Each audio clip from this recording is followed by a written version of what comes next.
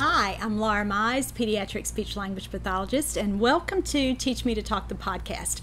Now, if you're listening as you normally do on Blog Talk Radio or iTunes or however you normally listen to my podcast, there's absolutely no change in what you're hearing, but there is actually a big change to Teach Me to Talk because we've decided to go ahead and broadcast our podcast on YouTube.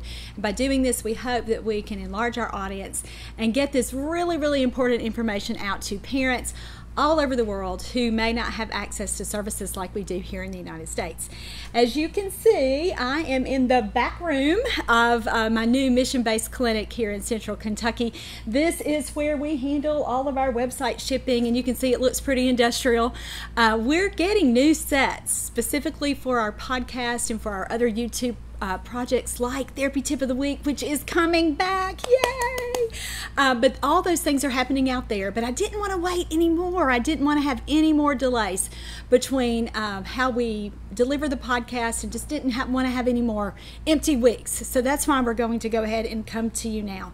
We also have another really exciting addition because we are going to offer continuing education credit for our podcast too.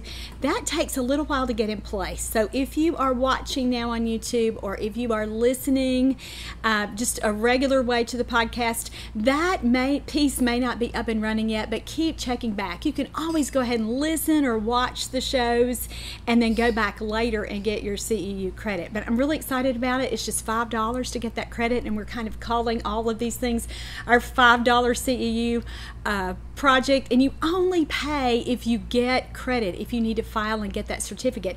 Otherwise, this information is absolutely free.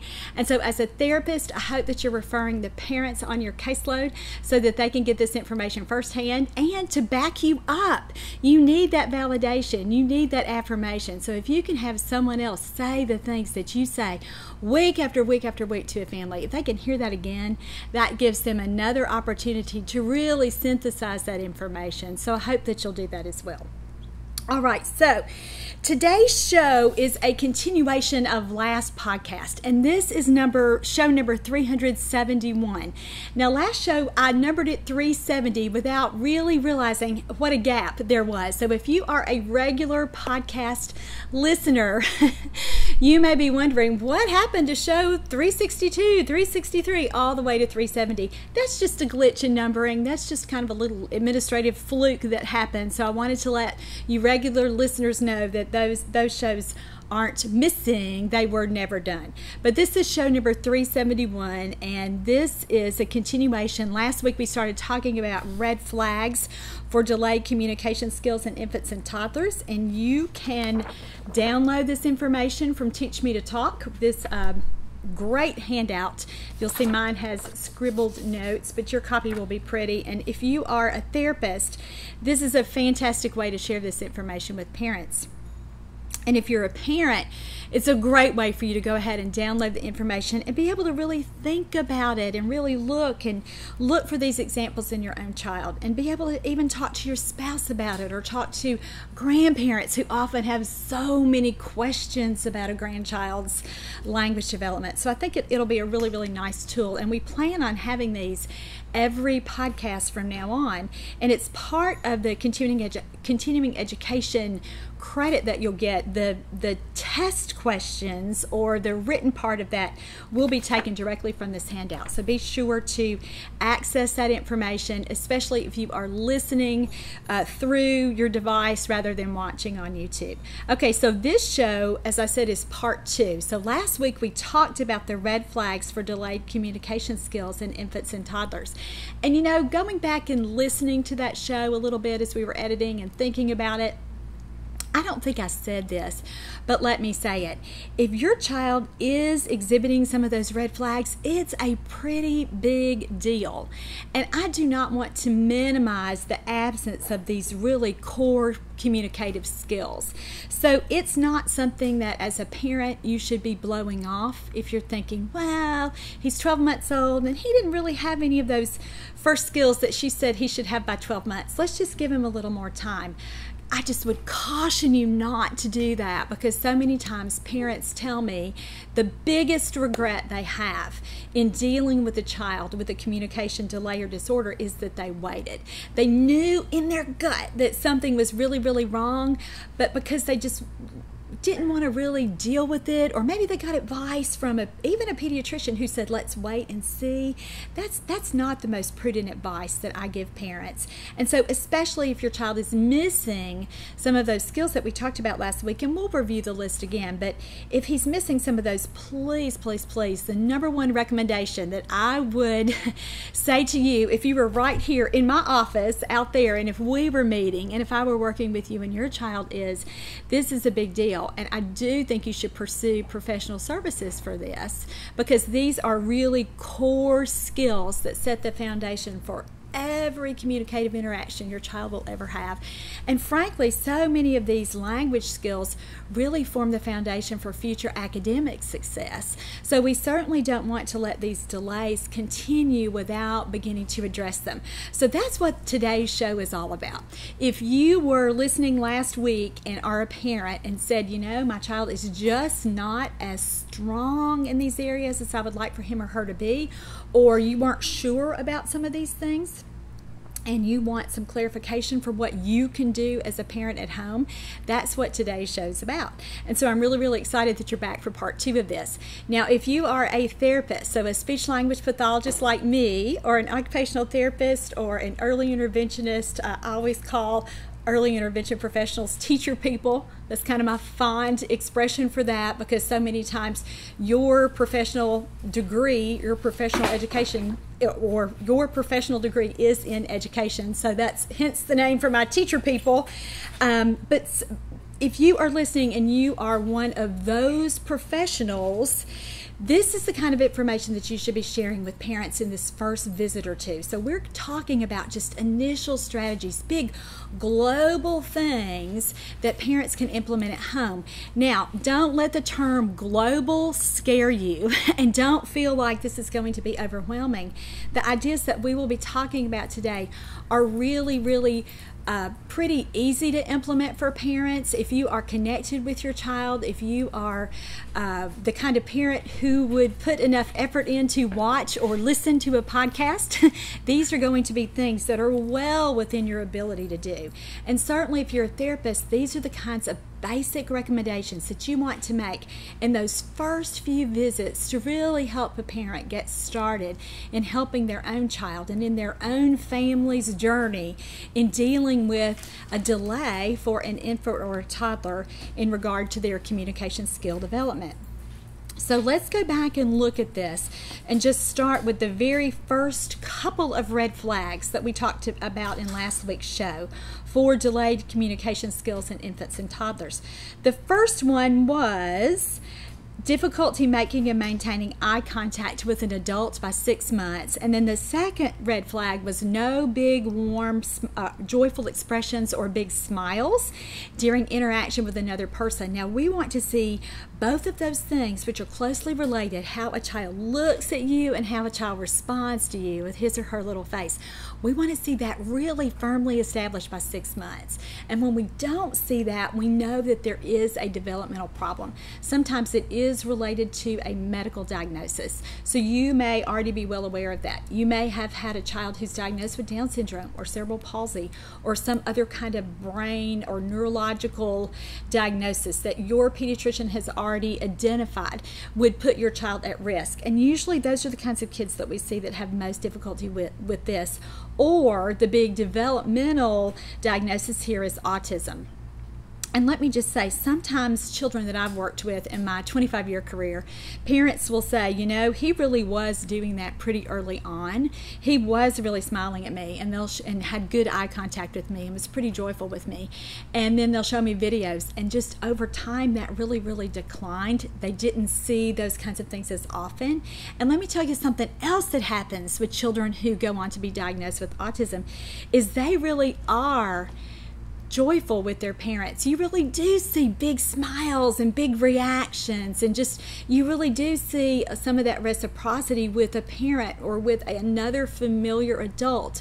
But when you see that child with another person that he doesn't know as well, or with someone that he's just not as connected with, that's when that social skill interaction piece is missing. So that's why when we really first assess infants and toddlers, or toddlers and preschoolers for autism, we really don't always look at their social interaction skills with their parents, because so many times those are the almost every time those are the best connections that a child has. So if you're listening to this and if you're thinking, well, you know, my child really does look at me and he really does interact with me and he really does respond to me, and I can get, he laughs with me and we have that great connection back and forth, but that's it, he doesn't do that with anybody else, that's still the red flag, and that's what we would really look for.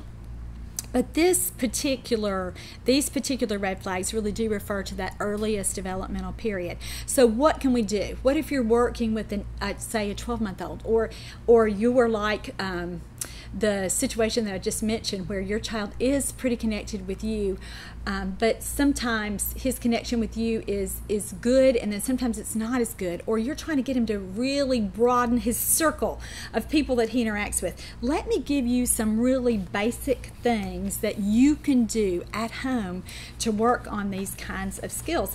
And let me tell you that this information is from my book, Let's Talk About Talking, my therapy manual. And it's, let me just kind of give a caveat here. It's not always for sale. It is a big book, 337 pages. So we aren't always able to produce that as easily as we do our other therapy manuals. So we produce that in limited quantities and then offer that. So anytime that you see that's for sale, if you're a therapist or you're a parent who knows that you're going to be working with your child with this language issue for a while, keep on the lookout for that book, because when it's available, you need to get it right away so that you don't miss it again. But the strategies that we're going to be talking about and the skills that we're talking about here today, these red flags, or the skills that are related to these red flags, I've pulled directly from a chart that's in the back of that therapy manual. And it's 11 skills toddlers master before words emerge. And that book has fantastic charts, because not only will you be able to get an initial checklist that'll let you look at these 11 pre-linguistic skills, but you can also, you've got some directions here for how this skill looks in real life. And so with these first two red flags that we talked about, difficulty making and maintaining eye contact, and then that lack of those just tuned in facial expressions with you, what are some things you can do? What are some things that make learning how to interact with you easier for a baby or a toddler or even a preschooler during this developmental period? My number one recommendation here is do not let a child check out for long periods of time. That means don't let him stay in a playroom or in a bedroom or just roaming throughout your home by himself, where he's not forced or doesn't have an opportunity to interact with you. Sometimes I hear parents say, you know, we moved, or we had another baby, or my husband works at home, so we didn't put my child in daycare, but my husband was really working all day, and my child just kind of does his own thing, and we were happy about that at the beginning, but now we realize, gosh, that's not the best situation for him to be in all day, because he naturally wants to isolate himself anyway. So if you have a child who has difficulty responding to other people, they have to, again, have frequent opportunities to interact with other people. You've got to give them a reason to need to communicate with you. And again, this happens long before words emerge. A child does not wait until he gets his first words to learn how to interact with you. He's doing that by looking at you, by listening to you, by trading turns. And we're going to talk about that more in a little bit. But even just during basic play routines, or even during our everyday routines that we do with children, like giving them a bath and like feeding them meals and changing their diapers and just all the caregiving activities that we do, children need those frequent opportunities to interact with you. So you can't really let them check out and do their own thing. Now, part of that too is that you can't be checked out either. So, like I mentioned before, in the situation that a parent is trying to just get so many things done at home and doesn't really take the time to do lots of checking in with their child, change that today. Turn the TV off. Break your own screen addiction so that you are not on social media all day on your phone or on your iPad all day. Really, really make a concerted effort to spend time with your child. Now, I talk about playing on the floor all the time, and Dr. Stanley Greenspan coined the term floor time as his basic overall treatment philosophy for working with children with autism and other developmental delays and disorders who were having a difficult time connecting with another person. And he really talked about the importance of spending that time eye to eye, face to face. And with children and really young children, infants and toddlers, where would that be? That would be on the floor with them. So you've got to make time for that, and you've got to make sure that that's a regular part of your day. Now, the research tells us that children with identified social skill delays and disorders really need 20 to 25 hours a week of intervention before we're going to notice any measurable change. And so sometimes when I say that to parents, they freak out a little bit because that's a lot of time, and they say, I can't do that, I work, or I have other children, or whatever. Let me just say, if that's you, please make the time. Look at what you can do in your schedule to really, really get that level of interaction going. And let me tell you why that's important and why that research really confirmed what we know. Kids have to spend time with other people and interacting with other people to get good at it and to really learn it. And typically developing children have that natural drive to try to communicate with you. You can barely go to the bathroom or cook a meal or take a phone call without them clamoring for your attention.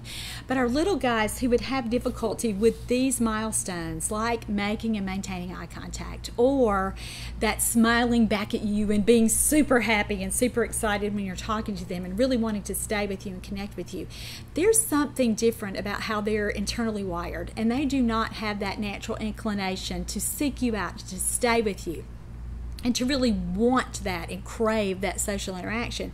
So we have to help them get a lot more comfortable with that. And again, exposure and the opportunity to do it is your first step with that. So don't let them be isolated anymore. If you are doing laundry, you have them with you doing laundry. You have them picking up the clothes and or whatever you can think of their little job would be.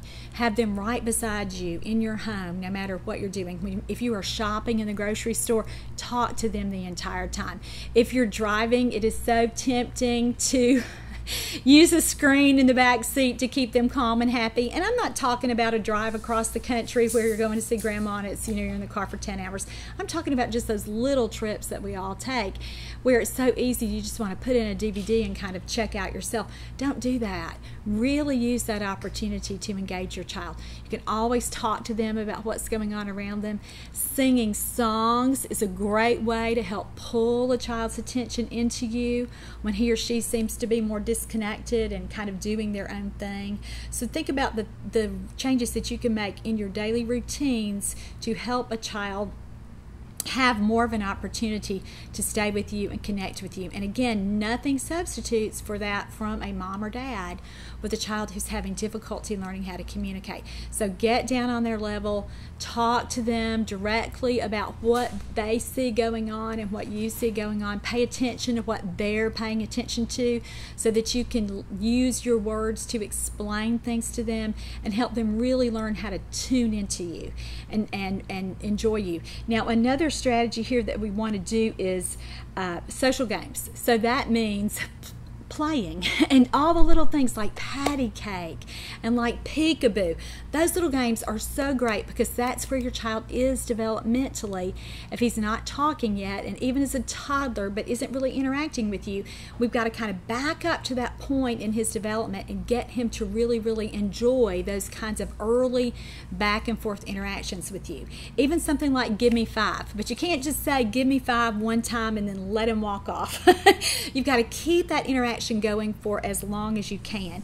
And that really leads us into this third red flag. And if you'll refer back to our list from last week, it was no back and forth sharing of sounds, smiles, or other facial expressions by 9 months. So here what we're talking about really is that turn-taking piece, meaning you do something, I do something, you do something, I do something. And it really is the core foundation for conversation. So children will never, ever be able to ask or answer questions or respond to you or make a comment or stick with you in conversation until they've learned to do it non-verbally first. So the turn-taking piece is a really big deal. And again, it's one of the 11 pre-linguistic skills that we talked about before. So what can we do? Well, again, we've already talked about we want to give a child more opportunities to be with us and stay with us. And so now what we want to do is make sure that we're doing things together. And so I always like to tell parents, you've got to play, play, play, play, play. And when you are sick of that, you have got to play some more. That's how important it is to establish that back and forth piece. You are both doing the same thing. You are both attending to the same thing. And that is the foundation for another pre-linguistic skill that therapists refer to, or doctors, psychologists, whatever professional, child development professional that you're thinking about, calls joint attention. And that really does mean that you are sharing experiences and that you're both doing the same thing. Now, a lot of kids who have these red flags will really prefer to the word that I used before was isolate themselves, but really that's not what they're doing. They're just blocking out other kind of external stimuli from coming in. So they are just super focused on what they are doing. So we have to really get in there and give them a reason to include us. So we have to act like sometimes that they are wanting us to participate even when they are not. So again, Dr. Greenspan's information, if you're a therapist, reading information on floor time will really, really get you started in this direction. But so that if a child drops something, you're going to pick it up and kind of keep it so that he has a reason to include you here. Or even an earlier kind of turn-taking routine would be something like we talked about, give me 5, or just something simple like if he's drinking from a sippy cup, you try to get a drink from that sippy cup too, and see if you can get kind of, and a fake drink of course, but if you can get that kind of nice back and forth going where you're pretending to drink, that sort of thing, that hooks the child's attention in.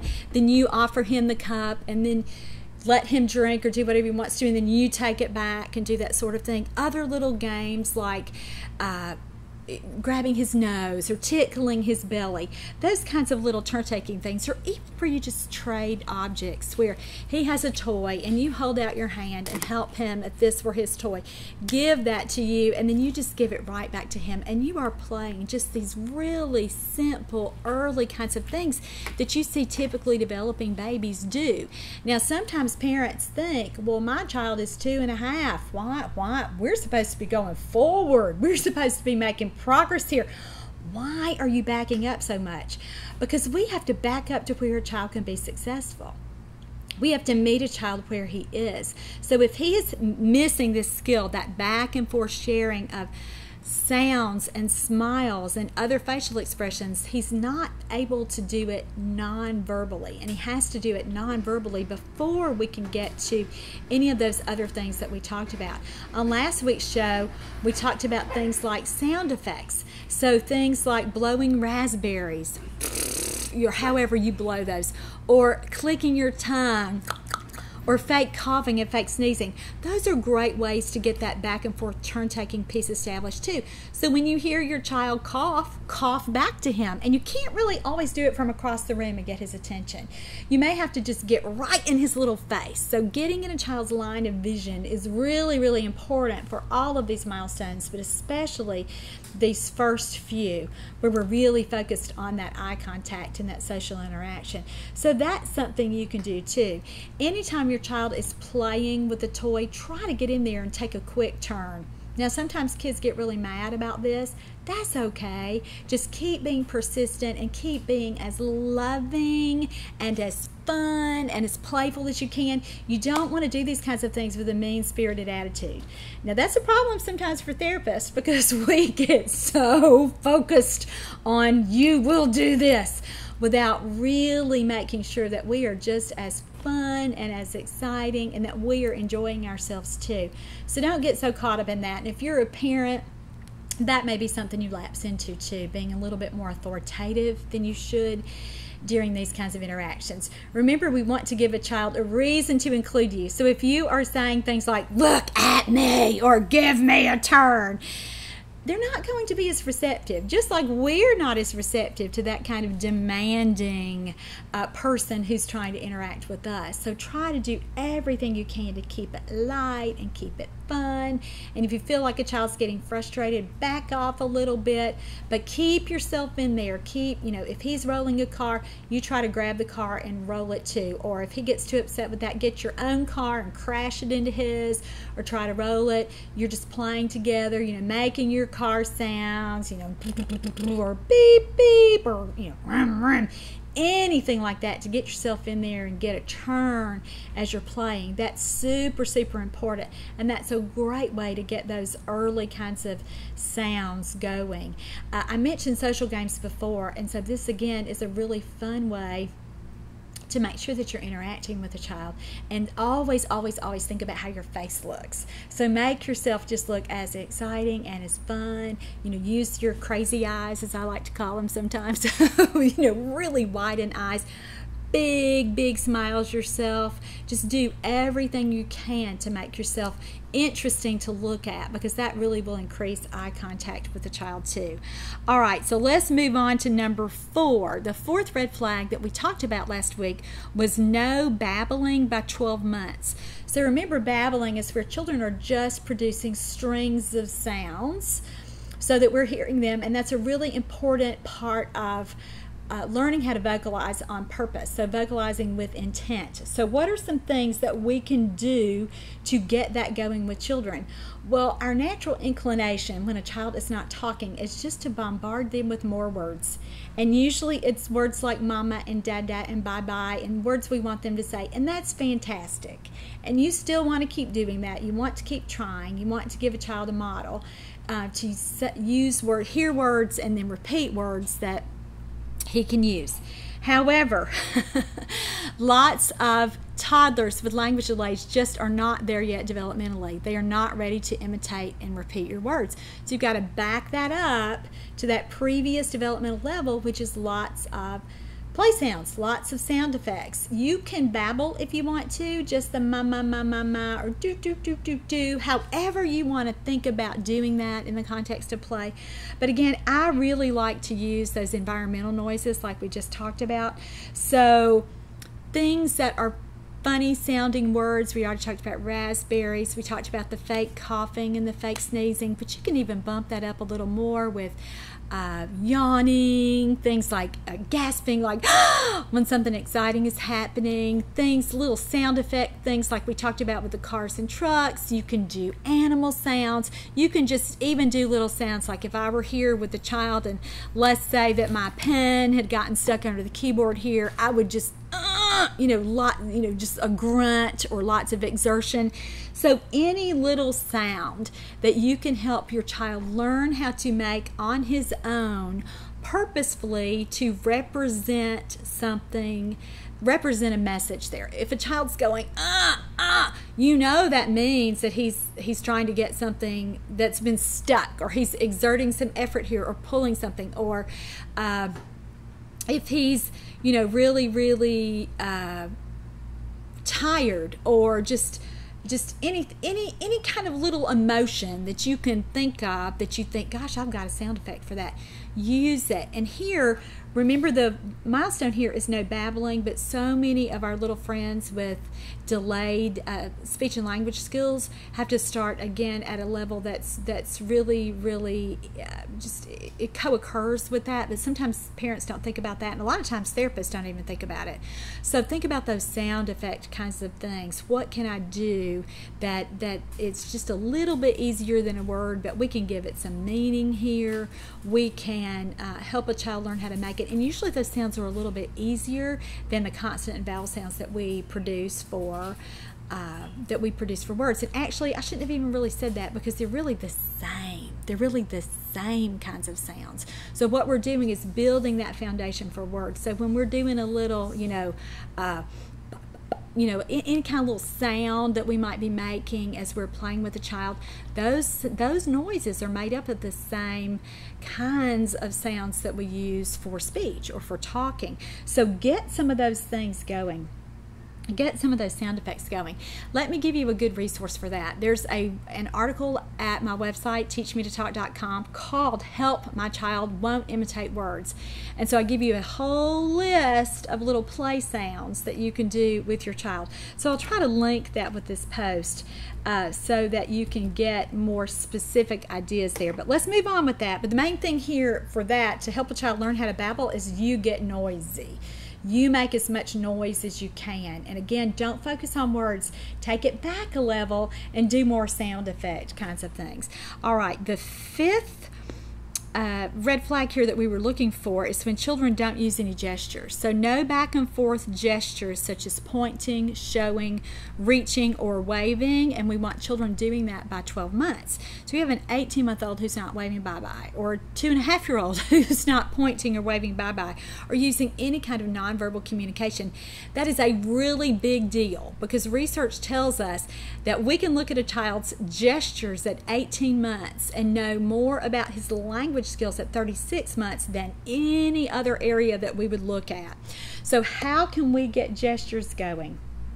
And if you are referring to my chart from Let's Talk About Talking that I referenced earlier, the first thing you have to do is use lots of gestures as you talk. Well, you've been listening to this podcast for about 20-30 minutes now. You can see, or watching it, if you're watching it on YouTube, you can see that I cannot keep myself from using gestures as I talk, and I bet that you can't either. It's just a natural way that you communicate. So for parents, for children who are not using gestures, one of the first recommendations that we make is for you to really double down on your own gestures, which means that if you are you're going to get, let's say, some juice from the refrigerator, and you're saying to your child, you're thirsty, you want a drink, let's go get some juice. Come on, look, it's over here, it's in the kitchen, let's go. And so you're gesturing, come on, and look, and pointing, and really using those kinds of gestures yourself.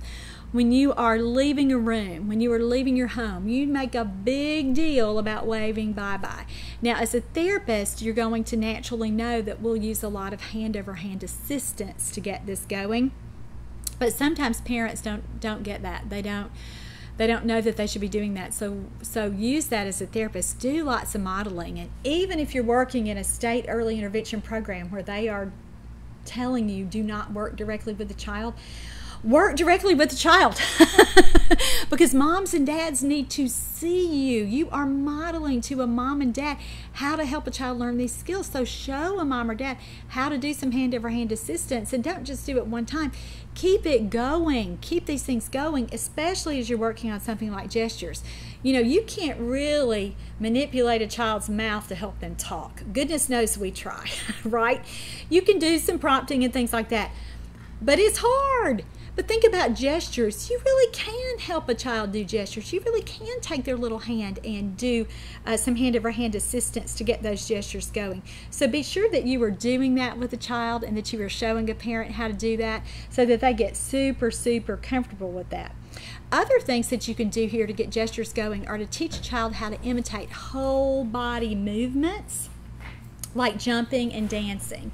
Now, you may be saying, Laura, why in the world would that work? How is waving connected to helping a child learn how to jump or dance or kick or something that's more of a gross motor movement is because we always start with big and then go little. We always start with something that's grand and then refine it. So with a child who's not pointing, who's not waving, who's not, we'll talk about showing in a minute, but who's not doing some of those really naturally emerging gestures, you sometimes have to back it up and start at a more basic level. So dancing is a big one. So when you hear music, and when a child hears music or is listening, model dancing there. Or really when you're wanting to play with a child and get him revved up a little bit so that he can pay attention to you later. You know, the theory there is we rev their little systems up so that we can calm them down. They kind of get that burst of energy out, and then they can sit and participate for a little bit. One of the things you can work on as you're doing that and helping a child's sensory system regulate is a lot of gross motor movement, like jumping, like kicking, like running, and you want the child here to imitate what you're doing. So to do what you do, and again, togetherness is a big part of this. So, and interacting is a big part of this. So doing this together.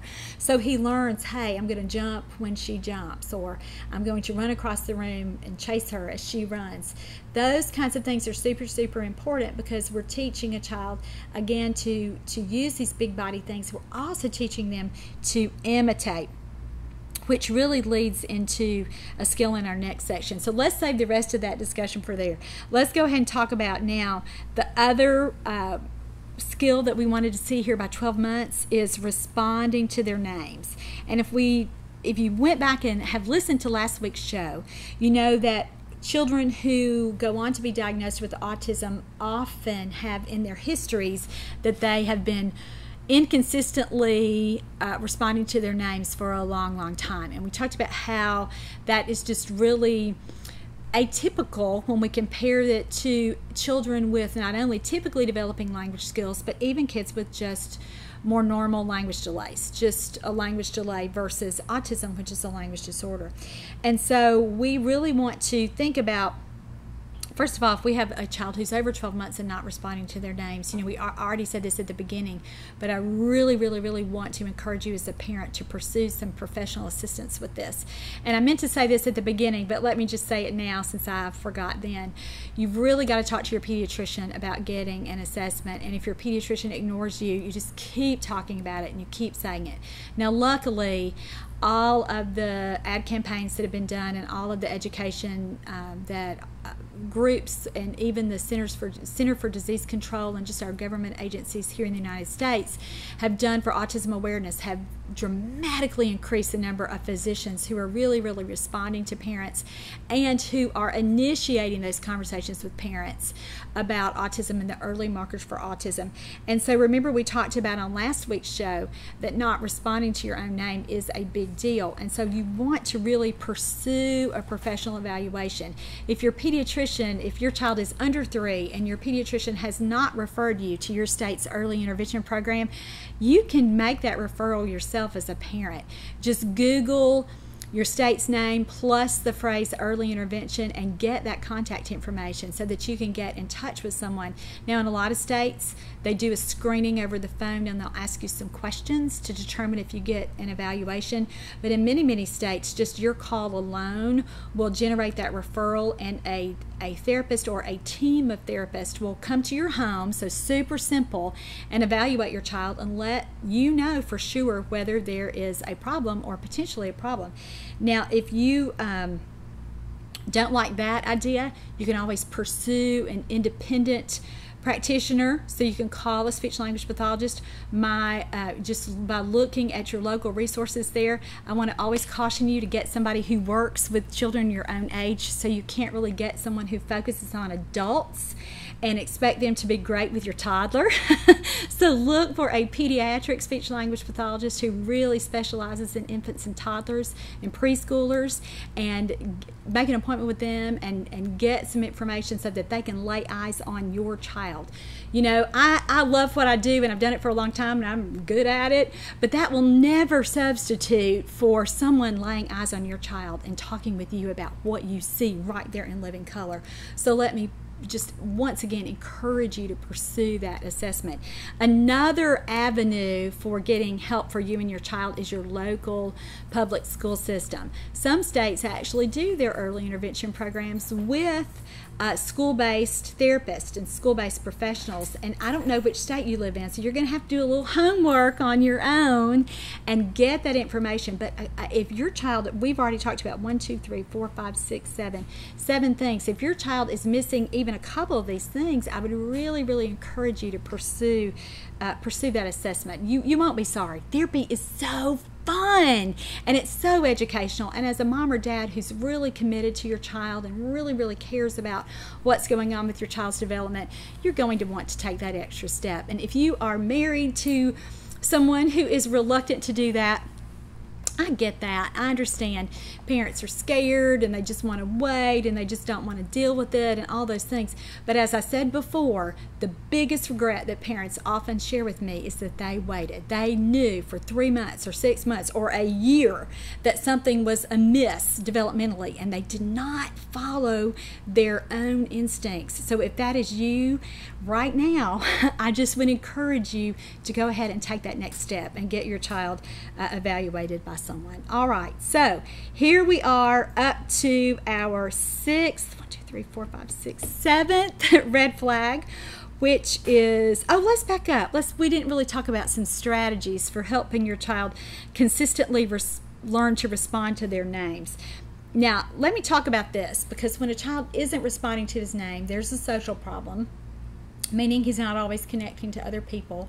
It could be that there's also a receptive language problem, which means that he has not linked his name means him. Like, my name is Laura, so I have known for a long time that when somebody says Laura, I'm going to look and figure out where they're calling me from and pay attention to that.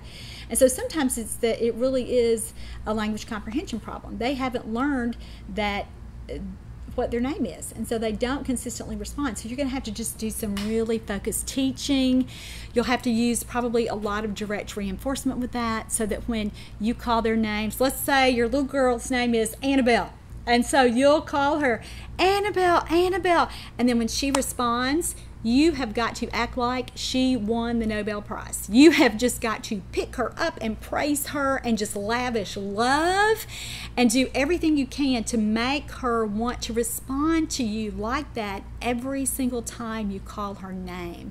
Now, some children, it really, really works with that physical affection. Some kids, you have to bump it up even a little further and give them some kind of more tangible reward, like a drink or a snack that they really, really like. So you'll just have to figure out with your child, what reward will he work for, and really, really use that. And I've helped parents learn how to do that at home, just in a visit or two, where we work on that, where the child is across the room, and let's say his name is Danny, and we just call him. We let him get engaged in something and call him, and as soon as he responds, Mom is right there, just loving on him and picking him up, swinging him around, tossing him in the air, whatever. And then we let him get back to his work or his play, whatever he's doing, and then we do it again.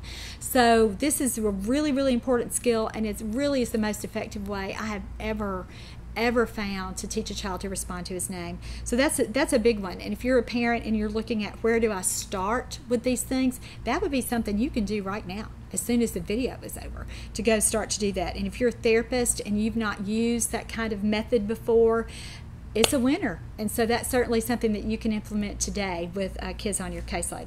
All right, the next red flag is no words by 16 months, and we've already talked about how we get vocalizations and babbling going. Words are an extension of that. But guys, before kids can imitate words, or before kids say words, they have to imitate words. Now, imitation means what? It means copying or repeating. So we want kids able to do that. So if we're looking at this as a continuum, before a kid says words, he has to imitate words. And then guys, before a kid can imitate words, do you know what he has to do? He has to be able to imitate sounds. So we're back at that play sound level where we talked about, a kid might imitate an animal sound that you've modeled for them, or imitate a vehicle sound, or imitate an environmental noise that they hear, like the telephone ringing, ring, ring, whatever, how your cell phone sounds, that kind of thing. And listen, there are some kids who can't do that. So what do you do for kids who aren't using those environmental noises? You've got to back it down another level where they're imitating actions with objects, and they're imitating, like we talked about before, the gestures that you're using. So they're imitating those body movements. So that's where we start with kids who aren't really saying words yet. And again, this is hard for a lot of parents to really wrap their heads around, because you think, how can teaching him how to play with a toy, how to imitate what I do with the toy, like stacking the blocks and then knocking them over, how does that fit in with talking? It does, because you're teaching that foundational skill of imitating. So that's the first thing that you're going to suggest if you are a therapist and working with a family with a late talker here, or a child with a more serious developmental delay.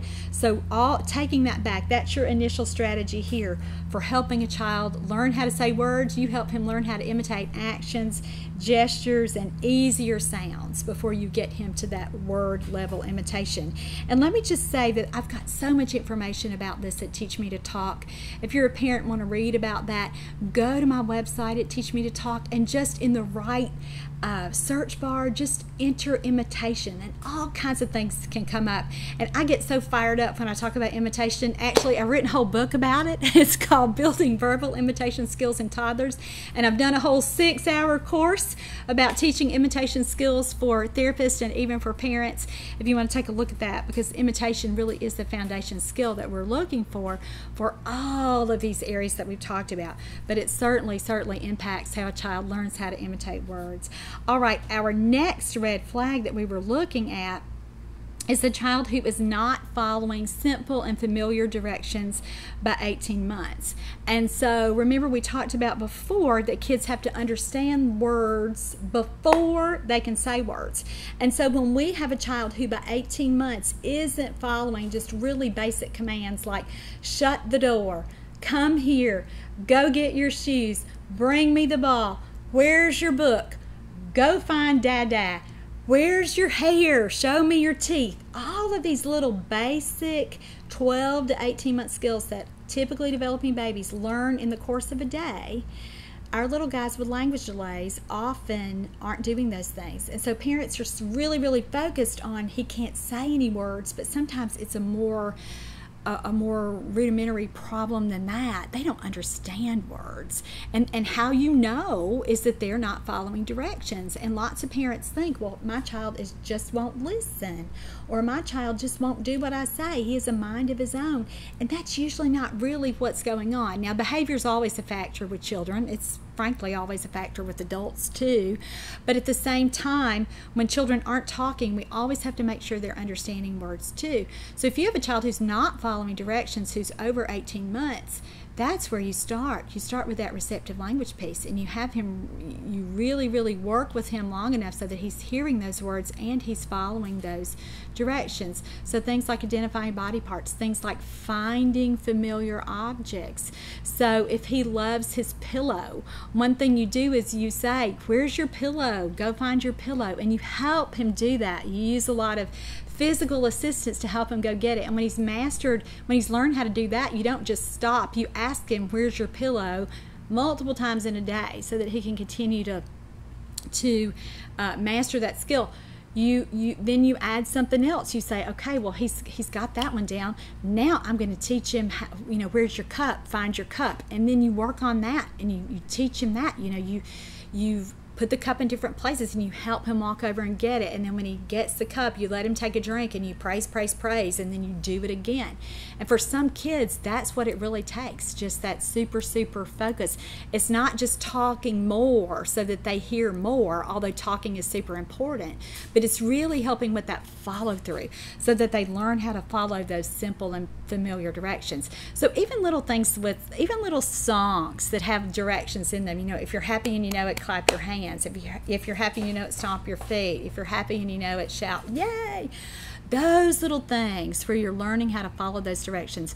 Super important thing that you can do today for a child who's exhibiting some of these red flags. All right, our next Our next red flag that we're looking for here are no two-word meaningful phrases without imitating or repeating. And so this is a skill that we want to see by 24 months. So remember on last show, we talked a lot about kids. Typically developing kids are using phrases by 18 months. But on our developmental charts, we give that extra 6 months. And so we say that we want to have a child saying phrases, using phrases on his own by 24 months or by that second birthday. So what are some things that we can do to get phrases going? Well, first of all, you've got to have single words. You can't just start with phrases. So children usually begin to produce phrases on their own or combine words together on their own when they have at least a 35 to 50 word vocabulary. And truth be told, guys, I lean toward that 50 word benchmark before I start really introducing a lot of phrases. So the first thing that you can do is vocabulary development. So making sure that you've taught a child to say lots of words, and you need more than one kind of word. You've got to have more than nouns. If you're a parent, you may be thinking, noun, I haven't heard that word since high school. Well, remember what nouns are. Nouns are labels for things, and so you've got to teach kids names for lots of different things, but they also need some other kinds of words too, so like action words or verbs. So words like go and eat and sleep and wash and jump and push and pull and open, those kinds, run, those kinds of action words. Kids need words like that. Kids also need location words, or those prepositions: in, out, on, off, up, down. And so you've got to give kids enough of a base to be able to form some little sentences, because if all their words are labels for things, or if they, let's say they only have words that are kind of academic words, and they sound smart to parents, like numbers and colors and shapes, but you can't really make a phrase out of blue-red, can you? No, you need other kinds of words too. So look at a child's basic vocabulary, and if he's not doing phrases, it typically means he's not saying enough single words. Now, once a child is starting to get a lot of single words, a strategy that you can do even today for parents at home is called expansion, to move a child toward phrases. And so let's say that he has 25 words, 30 words, and you're thinking ahead, as like the smart parent you are, and you're a therapist and you're helping that parent think ahead.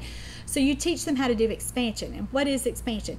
It's taking what a child has already said and then expanding it. And when we're thinking about phrases, you know, that's really common advice, is so that if a child says dog, a parent would say, oh, look, yes, I see the dog across the street. That's too hard. A child is not going to be able to say that if he's not using phrases. So you put one other word with it. So if there's a dog across the street and he's looking at the dog, you put a word with it that's relative to that. So you would say, see dog. And then you might expand it more to include the other grammatical markers. And there's a lot of good research behind that as well. With, you know, after we say something like see dog, then you say, I see that dog, and put those little words in there too. But you've got to model the phrase at the language developmental level that the child actually has a shot of doing. So let's say the dog is running. What would you say? You could say, go dog, or bye-bye dog. And it really, expansion works so well to get phrases going when you're pulling existing words that a child can already say. So if he already says bye-bye and he already says dog, and you see that dog running away from you, I would go for bye-bye dog. You know, use that as kind of your catchphrase there that you want the child to imitate, and you model it a lot. A child will have to hear two-word phrases a lot before he begins to do some two-word phrases on his own. So that's a really great initial strategy to get that going, those two-word meaningful phrases. And again, the other part of that was by 24 months and says at least 50 words. And we talked about those strategies for vocabulary development. Don't just leave it there at nouns. Work on all kinds of parts of speech there. Help your child learn all kinds of things. Now, I mentioned numbers and letters and shapes and colors. So many children are fascinated with those kinds of words because they're maybe really visual, and this happens a lot with kids who go on to be diagnosed with autism. They're super, super visual, so they like colors, they like shapes, they like letters and numbers. And again, it sounds super, super smart, but as a parent, it's not really that functional. So if you're working with a language delayed toddler of your own, don't worry about those words yet. If they like them and if they are naturally picking up those kinds of words, of course you're not going to say, stop learning your colors. You don't need to know. You're not going to do that. And as a therapist, you're not going to want to really discourage a parent when they're excited about learning those things. But you do want to say, listen, let's focus on words that are a little bit more functional here. So let's teach everyday words like, shoe and ball and book and names for people in your house or names of familiar people that they see every day. And those social words that all kids need, like bye-bye and no, those kinds of things. Look at what's usable. Look at what your child really needs to say in the course of a day. So that vocabulary development is really an important part, and certainly we want to help parents learn how to work on that. And like I said before, you can get tons of information like that at Teach Me to Talk. You can also access other sites. Hanan.org has some fantastic information about vocabulary development, so you can certainly take a look at that as well. All right, the next red flag that we talked about, red flags for delayed communication skills in infants and toddlers, happens by 30 months, and it's conversational turn taking. Now, I've already mentioned this a lot on the show, where we've said that kids aren't going to take turns in conversation until they're taking turns in play, until they're taking turns in other kinds of little social routines with you. And certainly kids who aren't very verbal yet aren't going to be able to take turns in conversation. And so you can't really expect a kid to answer a question if he doesn't have very many words, or ask a question if he's not already using some phrases yet. So certainly that vocabulary development, again, is a really big part of this. And before kids can say words, remember, it's that receptive language piece. And so many times the reason that kids aren't asking and answering questions by 2.5 is they don't understand enough language yet. So you've really got to get that receptive language piece going, with them following directions and understanding what you're saying, so that they're really sticking with you in conversation and are right there doing whatever it is that you're doing with them, and they're participating fully with you. Another thing that we haven't really talked about is initiating. How do kids learn how to get your attention? How do they learn how to get their message across to you when you are otherwise occupied? So lots of initial strategies for teaching initiation is helping a child, setting up situations where he has to be the one to tell you what he wants. So doing things like placing his toys out of reach, or putting them in bags or containers where he has to give them to you or bring them to you. And we didn't talk about showing before. I meant to mention this when we were way back up and talking about gestures and joint attention, but just having a child show you something is a really basic skill that toddlers should really master. They should be bringing you things all day long to show you, to get you to pay attention to. So a broken toy, an empty cup. When they want their shoes on, they should be bringing you their shoes. If there's something that they can't get, that they want you to reach for them, they should be somehow getting your attention. So again, with those gestures, so that they can initiate that communicative interaction with you. And that's a really important strategy. So many of our little guys that have language delays and disorders are pretty passive, and one of the reasons they don't use their words on their own or spontaneously is that we don't set up situations and really teach them how to request and teach them how to initiate. So my favorite strategy for this is just picking the thing that they like the most and putting it where they can't really get it. And so they're going to have to use a word or a sign or a gesture to get me to understand that they want that. So if it's like a sippy cup, we put it up on the counter where they can see it. And then if they're crying or something, you respond. You say, what is it? But you play dumb. You say, what do you want? I don't know. You're going to have to show me. And you might even, do things like say things that are wrong. Is it the pen? Is it the paper? Is it my shoe? Even something ridiculous sometimes it makes the kid mad when you first start to do it. But when you help them, when you start to teach them how to point, when you're modeling, oh, it's your cup, you want your cup, and you really model, and then you do some hand-over-hand assistance to get them to show you the cup or walk over to the cup and really, really look at it. And again, you have to be so deliberate and so intentional when you teach these things. And does it feel natural? Absolutely not. But if they were going to learn it naturally, it would have already happened. So as a therapist, don't get hung up on that. Don't think, well, I'm teaching too many therapy strategies, or I'm teaching a parent something that they don't naturally do at home. That's why you're there. Don't feel like you can't introduce something new. That is absolutely what you want to do with a family. So be sure, look at that. All right, now let's talk about just kind of the wrap up here. And remember, our last red flag was, before we do the wrap up, any loss of speech or babbling or social skills like eye contact at any age. And we talked about this last week, how regression is never, ever, ever a good thing. So that if a child has learned how to do something and then he stops, we're worried about it. And let me just say that with language, we sometimes don't pay attention enough to this, or it's dismissive. But let me tell you something. If a child learned how to walk and then stopped walking, it would be a big deal. A pediatrician would not dismiss that. They would think there's something physical wrong here. I've got to look at this. Why is he not doing it? They wouldn't say he's just stubborn, he won't walk, if he's already walking and then stopped. And so don't buy that with language either. You've got to really, really pay attention to that when you have a loss of something. And I would say even a plateau. If you have a 28-month-old or a 30-month-old that he's just using the same 10 words that he's used since he was 18 months old and there's no real progress, that's a big deal too. You want to get some professional help with that, and you want to use the strategies that we talked about today so that you can get some of these things going at home.